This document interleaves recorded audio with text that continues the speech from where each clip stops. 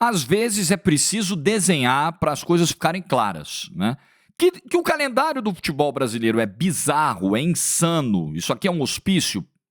Você já ouve a gente falar disso toda hora, né? Agora, quando a gente mostra o número, o dado e compara com as ligas lá de fora, dá uma vergonha, não dá? Dá um desespero, na verdade. É desesperadora a situação. Alguma coisa precisa ser feita, gente. Like no vídeo, se inscreve, ativa o sininho nesse último dia do ano, rumo a 290 mil inscritos por aqui. Feliz ano novo para você que me fez companhia durante todo o ano aqui do canal. Tamo junto. Deixo com você o QR Code da AG. Virada de ano, você sabe, né? Hoje muitos jogos da NBA, né? A noite de ano novo já é tradição. Amanhã tem o Arsenal em campo na Premier League, sim, dia 1º, bola rola. Dia 2 já tem Supercopa da Itália. Então muitas chances aí para você se divertir com responsabilidade, com 18 anos ou mais, apontando a câmera pro QR Code da Aposta Ganha. Vem pra AG! Eu vou colocar na tela um levantamento feito pelo SofaScore. O SofaScore pegou a sua base de dados e fez um recorte das 20 ligas mais populares do mundo para ver quem mais jogou, quem mais entrou em campo no ano de 2024. E aí eu estou deixando a lista na tela para você. São 40 clubes nessa lista aí. Mais da metade clubes brasileiros. E pior, repara ali as duas, a sua esquerda, né? A primeira coluna só tem time brasileiro. A segunda coluna só tem time brasileiro até o PAOK ali, que é o último, o grego. E a terceira coluna começa com outro brasileiro. Ou seja, dos 21 times que mais jogaram no mundo no ano de 2024, 20 são do Brasil. Da primeira divisão do futebol brasileiro. Meu Deus do céu. Isso aqui é assustador. É bom quando você compara, porque aí as pessoas têm uma clareza maior daquilo que a gente está falando. Veja aí o topo da lista. O Botafogo, campeão da Libertadores, campeão brasileiro. O Botafogo entrou em campo 75 vezes no ano. Não à toa, o time terminou o ano no fiapo físico. 75 vezes. E olha, podia ser bem pior. Porque o Botafogo caiu nas oitavas da Copa do Brasil para o Bahia. Ele caiu relativamente cedo na competição. Se o Botafogo avançasse até a decisão, ele teria mais 6 partidas, 2 das quartas, 2 das semifinais e 2 da final. O Botafogo poderia ter entrado em campo 81 vezes no ano. Assustador. Você quer ver um outro aí, ó? O Corinthians, que ficou vivo nas Copas, né, por bastante tempo, foi até a semifinal da Copa do Brasil e até a semifinal da Copa Sul-Americana. Ele fez 72 jogos. Se ele avançasse a final da Sul-Americana, ele faria mais um, porque era jogo único, 73. Se ele avançasse até a final da Copa do Brasil, ele faria mais 2 jogos, 75. E ele caiu na primeira fase do Campeonato Paulista. Se ele avançasse no Campeonato Paulista, 75, 76 das quartas, que é jogo único, 77 da semifinal, que é jogo único, 78, 79, a decisão em ida e volta. O Corinthians seria, se não caísse na primeira fase do Paulista e avançasse pelo menos até a decisão, seria o time com mais partidas no ano, beirando os 80. Mesmo sem jogar a Libertadores da América. Beirando os 80 jogos. Isso aqui, cara, o Atlético Paranaense jogou 73 jogos no ano. Outro time que não jogou Libertadores, não foi longe em Copa do Brasil. 73 jogos no ano. Amigão, o Criciúma entrou mais vezes em campo do que o Real Madrid no ano. O Real Madrid, que disputou tudo, né? Disputou a Champions até o fim, bateu campeão. Na Copa do Rei acabou caindo nas oitavas pro Atlético de Madrid, mas foi até o fim na Champions. Aí jogou Supercopa na abertura da temporada, Supercopa da Europa contra a Atalanta. Jogou Mundial de Clubes. 57 jogos fez o Real Madrid. 57. O Criciúma, que não jogou competição internacional, fez mais jogos do que o Real Madrid. O Vitória, que não jogou competição internacional nesse ano, fez mais jogos que o Manchester City, que outro dia estava reclamando do calendário.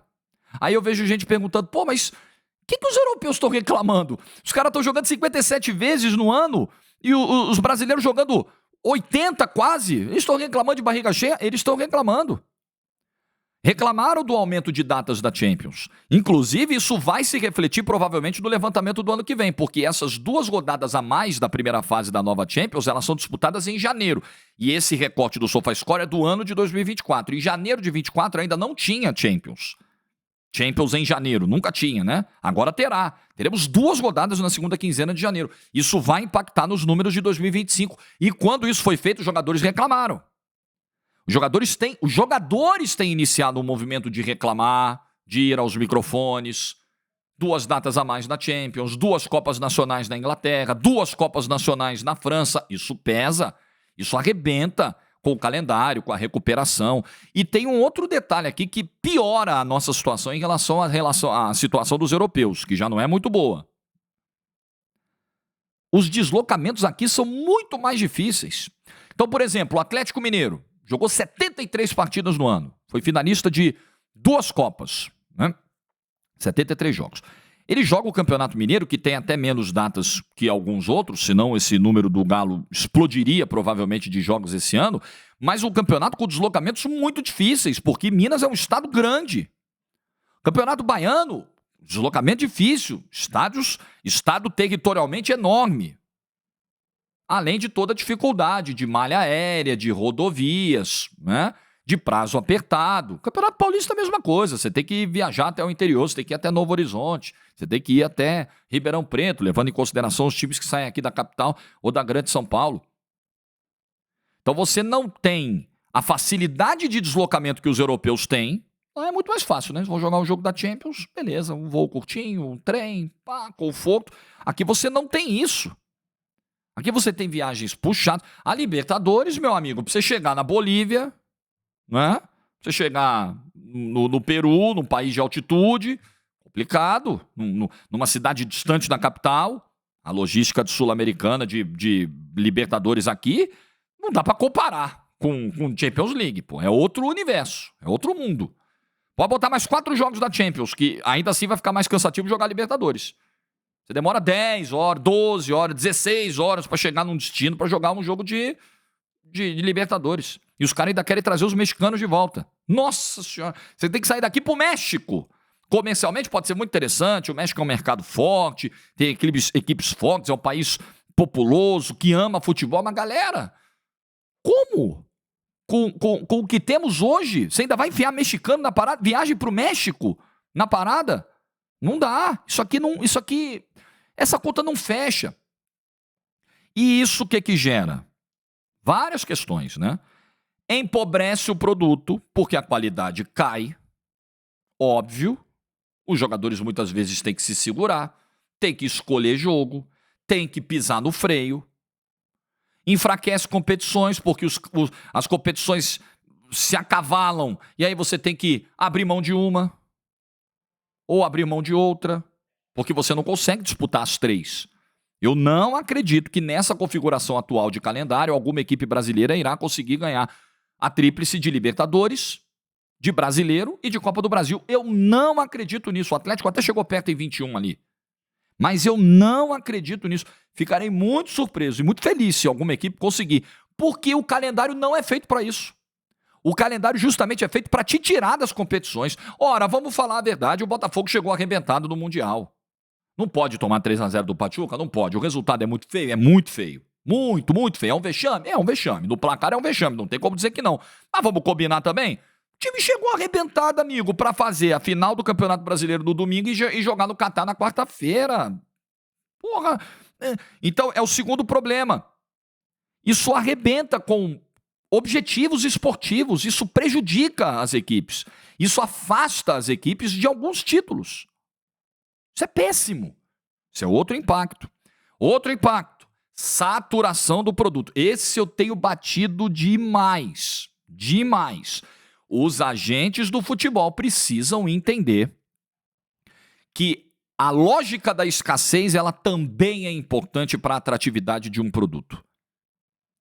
Toda quarta, todo domingo, toda quarta, todo domingo, uma enxurrada de jogos, e muitos jogos de baixa qualidade, de baixa atratividade, de enfrentamento pouco emocionante, isso impacta na audiência. Isso impacta na retenção do público. E principalmente na formação de um novo público, na chegada de uma nova geração. Hoje, o futebol concorre com muita coisa, muito mais do que concorria há 20, 30 anos. O futebol concorre com os esportes, o futebol concorre com os esportes americanos, o futebol concorre com as séries no streaming, o futebol concorre com as redes sociais, com a segunda tela, que rouba a atenção e muitas vezes o cara nem volta para o futebol.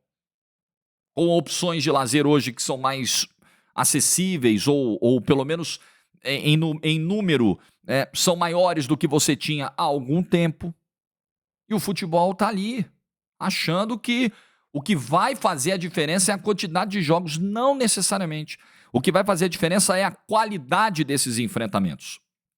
A Champions League, por exemplo, aumentou o número de jogos. Ela botou 2 jogos a mais, é verdade, na primeira fase.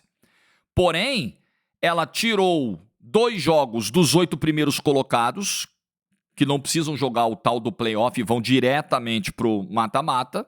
Se você ficar de 9º a 24º, aí você vai ter que jogar essas 2 partidas de playoff e vai aumentar o teu calendário.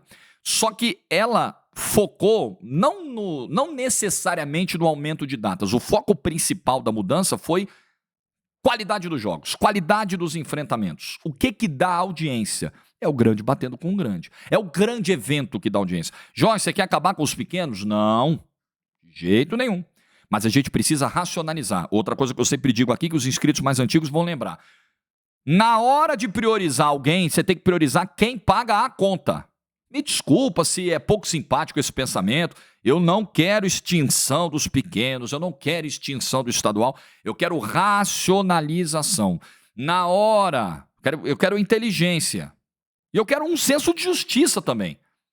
Porque na hora de decidir um calendário, me desculpa o Novo Horizontino, me desculpa o Bangu, me desculpa o Brasil de Pelotas, me desculpa o Itabirito, me desculpem.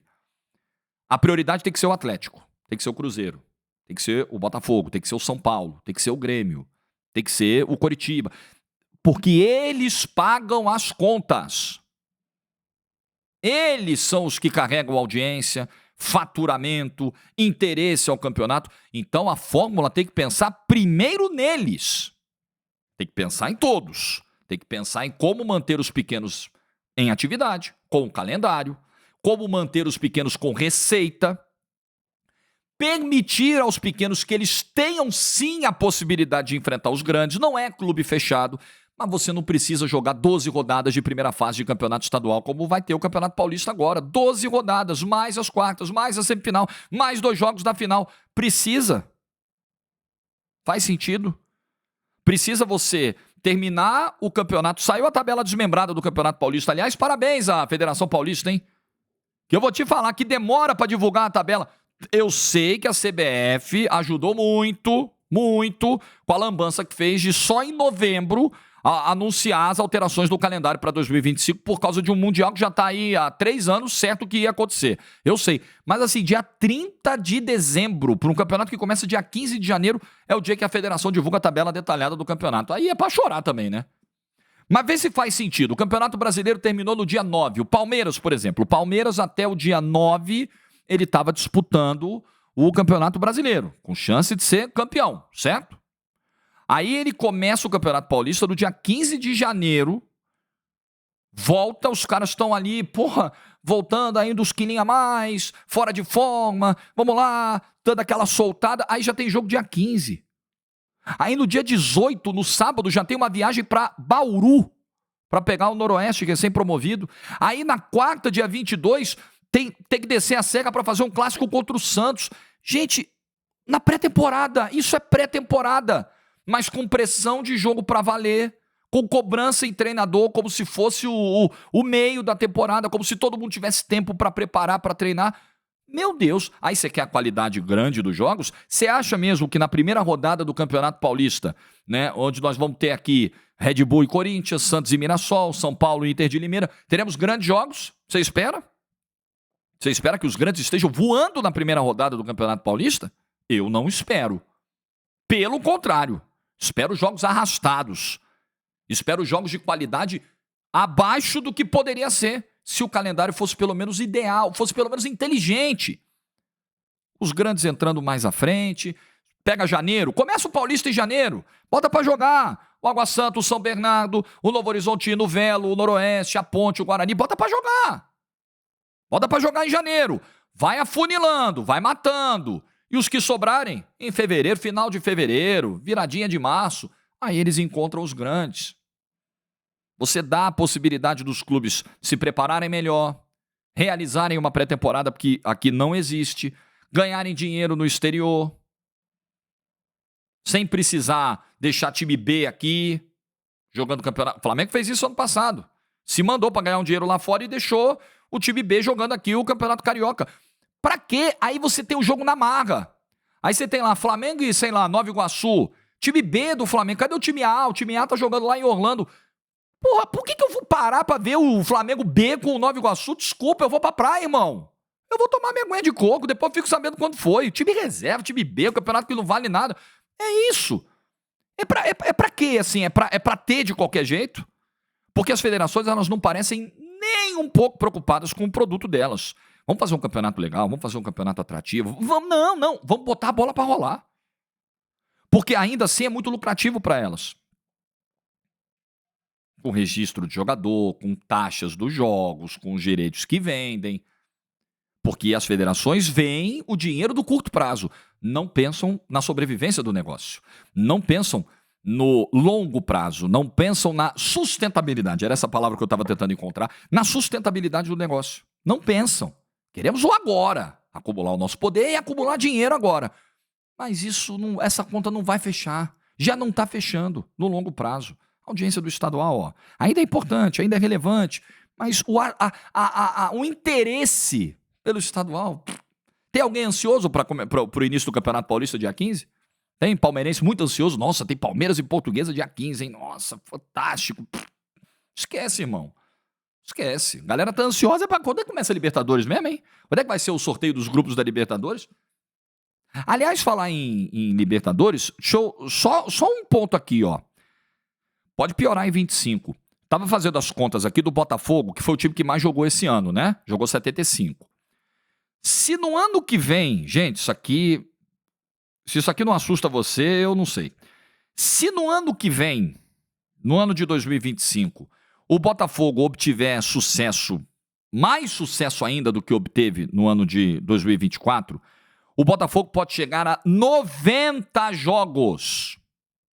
Você tem 38 jogos do Campeonato Brasileiro. Se for campeão, se for até a final, né? Pode ser campeão ou não. 13 da Libertadores, 10 da Copa do Brasil, se for até a final, os 2 jogos da Recopa Sul-Americana que ele vai ter em fevereiro contra o Racing, o jogo da Supercopa do Brasil que ele vai ter no início de fevereiro contra o Flamengo, o Intercontinental, porque se ele ganhar a Libertadores tem o Intercontinental, e eu quero ver o que a CBF vai fazer, porque o Campeonato Brasileiro do ano que vem está terminando junto do Natal, e o Intercontinental. E se um brasileiro ganhar um Intercontinental, como é que faz? Vai terminar o Brasileiro em janeiro? Se for nos moldes de hoje, se o Botafogo for campeão da Libertadores, ele vai ter que jogar as 3 de novo do Intercontinental, né?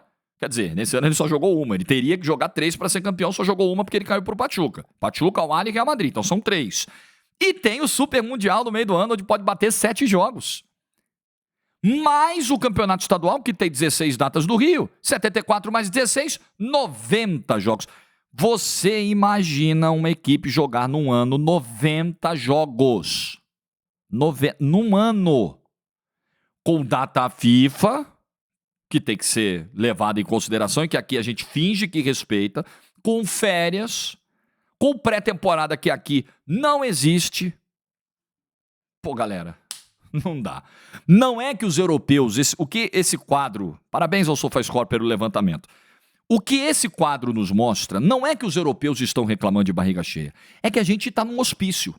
A gente enlouqueceu, o futebol brasileiro enlouqueceu e está fingindo que nada está acontecendo.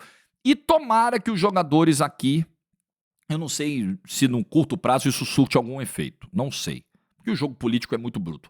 Mas tomara que os jogadores se posicionem mais, tenham mais coragem para falar sobre isso e encontrem respaldo. Quando a gente ouvir um jogador falar, galera, porra, 80 jogos no ano tá demais, tá arrebentando todo mundo, os times estão arrebentando, os DM estão cheios. Tem time que perde 20, 30 jogadores no ano, toda hora o DM tá cheio, tem alguém arrebentado, início de temporada, então arrebenta um monte.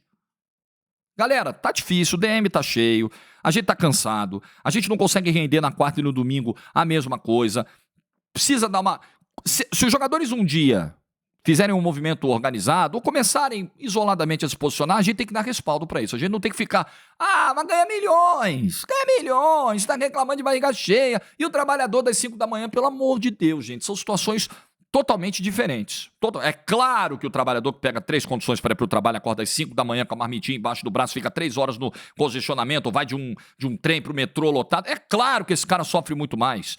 A questão não é essa, não é isso que a gente está discutindo. A gente está discutindo a realidade do futebol. A gente está discutindo os limites físicos e a saturação do produto. Tá enchendo o saco, pô. É muito jogo toda hora e muito jogo de baixa qualidade toda hora. Vamos ver se a galera vai se mexer, né? E vamos ver se o Ronaldo... Também vi muita gente comentando sobre o seguinte, poxa, olha aí, ó.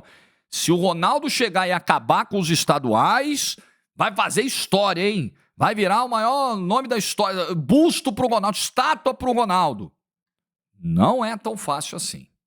Porque para lançar a candidatura, não estou nem dizendo de ganhar a eleição, para chegar ao pleito, para ter o direito de disputar o pleito, o Ronaldo precisa ser indicado por algumas federações. Como é que você vai chegar para tentar, num primeiro momento, angariar apoios de algumas federações para lançar a candidatura e, num segundo momento, para receber os votos da eleição em si? Como que você vai chegar e vai conseguir isso dizendo, vou acabar com a galinha dos ovos de ouro de vocês? É muito difícil. Eu não estou acreditando nisso. Não estou com essa expectativa tão alta sobre isso. Não mesmo. Agora, é a galinha dos ovos de ouro. E só as federações estão ganhando. Quem está ganhando mais com os campeonatos estaduais? Está sendo benéfico para mais quem? Para as federações? Maravilhoso. Meu amigo, num jogo em que só um ganha, não está legal. Todo mundo tem que ganhar. E no estadual, está todo mundo perdendo, exceto as federações. E o SofaScore esfrega isso na nossa cara com esse levantamento. Gente, terminando o ano, quero agradecer demais a sua companhia e terminando um ano que para mim profissionalmente foi incrível, um dos melhores, se não o melhor ano da minha vida profissional e também no aspecto pessoal, né? Principalmente esse final de ano, um final de ano de descobertas, redescobertas e, né, coisas incríveis acontecendo, ótimas notícias acontecendo. O trabalho aqui no YouTube cresceu de maneira exponencial nesse ano. Eu quero agradecer muito a você que está aqui comigo todos os dias, que almoça ou faz outra refeição comigo aqui todos os dias. Você que se diverte com os títulos que a gente coloca aqui nos vídeos, com as thumbs pouco elaboradas que a gente põe nos vídeos. Eu vejo a galera comentando sobre isso, eu morro de rir. Mas a proposta é que o conteúdo seja o pote de ouro, né? Já que eu falei das federações aí. O conteúdo é o que vale. Sim, o chamariz tem que ser a análise, tem que ser a opinião, tem que ser a minha honestidade com você, a minha sinceridade naquilo que penso. E é isso, e essa receitinha que não é muito bem elaborada, é simplesinha, mas ela está dando resultado e eu quero agradecer muito a você por esse retorno, esse respaldo que você tem dado ao meu trabalho. A gente, eu imagino, né, você que está aqui com mais assiduidade, a gente concorda muito, provavelmente. A gente tem pensamentos alinhados e tal, mas muitas vezes a gente discorda. Muitas vezes você está aí do outro lado, tem alguns vídeos que são mais delicados que você fala, puta, não, pô, Jorge, não. Mas essa relação ela não se quebra, primeiro porque aqui a gente consegue reunir uma galera de fato de um nível muito legal, né? Uma galera respeitosa, uma galera, claro, tem os haters, são as espumas que a gente tira e joga fora, porque espuma é feito para isso. Hater é espuma. Mas, no geral, a gente tem uma galera que sabe debater, que sabe argumentar, que sabe respeitar o contraditório.